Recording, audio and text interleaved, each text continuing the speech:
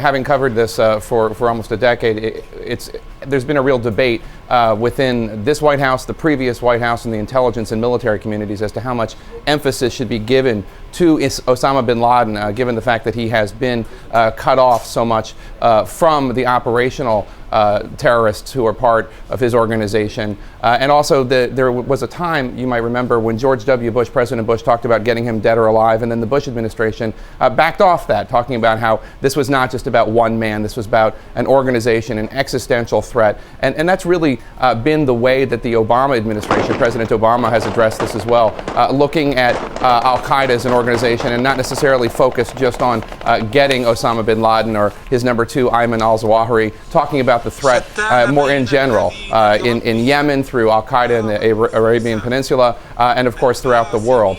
So it will be interesting to see just how much emphasis President Obama gives to this action, with sources telling us that the U.S. has killed Osama bin Laden in Pakistan. And that's exactly right. And Brian, there was some question in recent years over how much communication he had with the rest of al-Qaeda, whether he was able to issue any orders of any kind at all.